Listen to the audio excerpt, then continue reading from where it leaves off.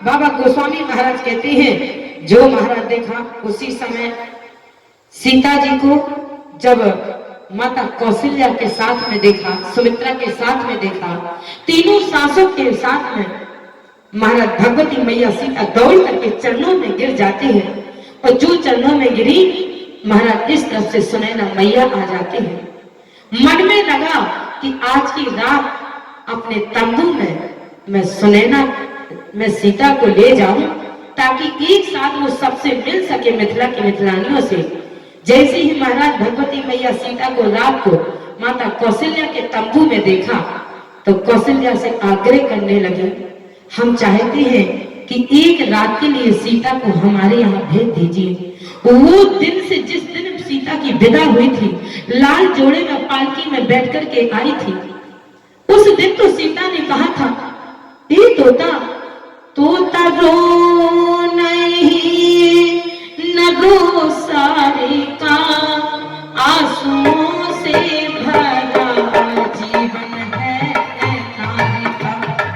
कह दे ना पिता से, कह दे ना पिता से, बुला लो नहीं ममता चली घर की लाली चली, माँ की ममता चली घर की लाली चली, प्यार दे बेटी चलती अब तो चली, माँ की ममता चली घर की लाली चली, घर की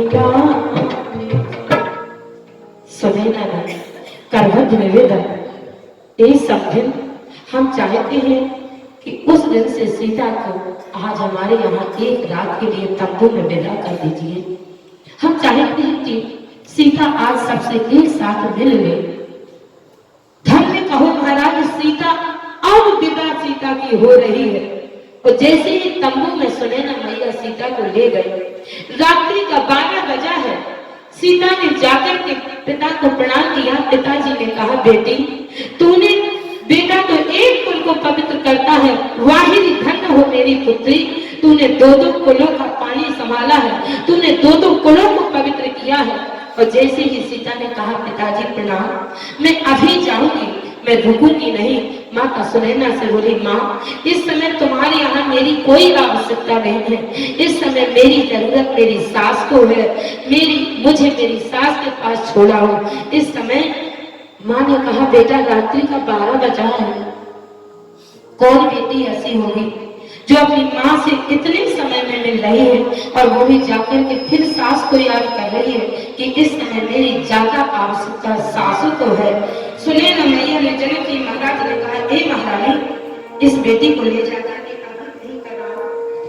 रात्रि के 12 बजे जो सीता को सुनैना अपने साथ में ले जाकर के माता कौशल्या के तंबू में छोड़ आती है। जाके महाराज अपनी सासू की सेवा में निवृत्त हो जाती है भगवती मैया सीता। और जैसे ही उस तंबू में बाबा गोस्वामी महाराज कहते हैं, सासु सकल जन सीए निहारी,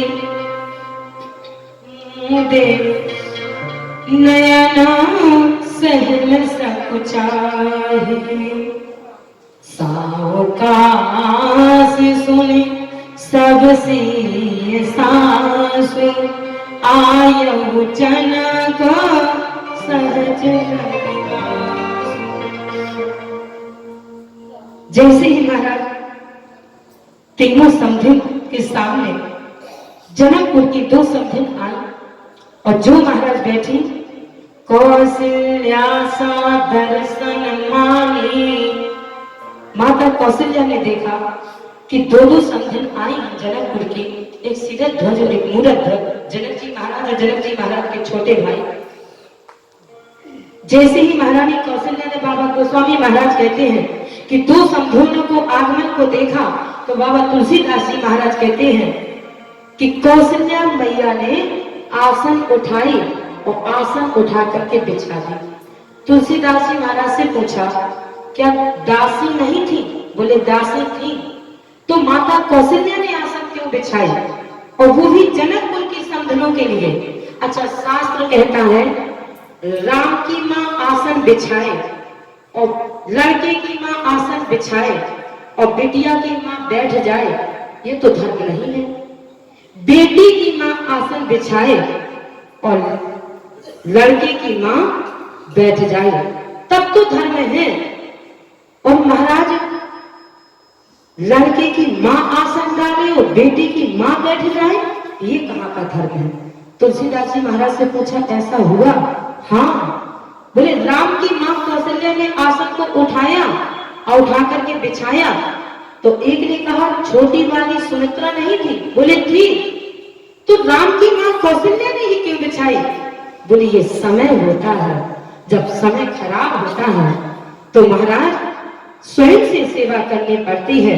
कहा गया है सेवा स्वयं करो तो उसका मिठास कुछ और होता है, और सेवा नौकरों से करवाओ तो उसका मिठास कुछ और होता है। कोई अतिथि अपने यहाँ आए, चाय नौकर से भिजवाओगे तो उसका मिठास अलग होगा, और आए हुए अतिथि को चाय अपने हाथ से स्वयं दोगे तो उसका स्वागत और मिठास अलग होगा।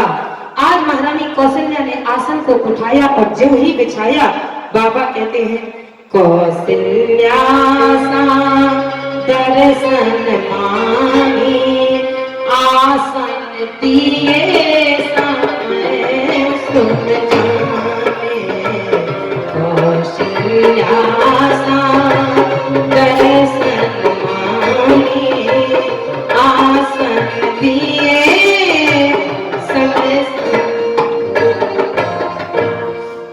जैसे ही महाराज आसन को डाला तो सीता जी की मां बैठ गई। अच्छा, बैठ गई।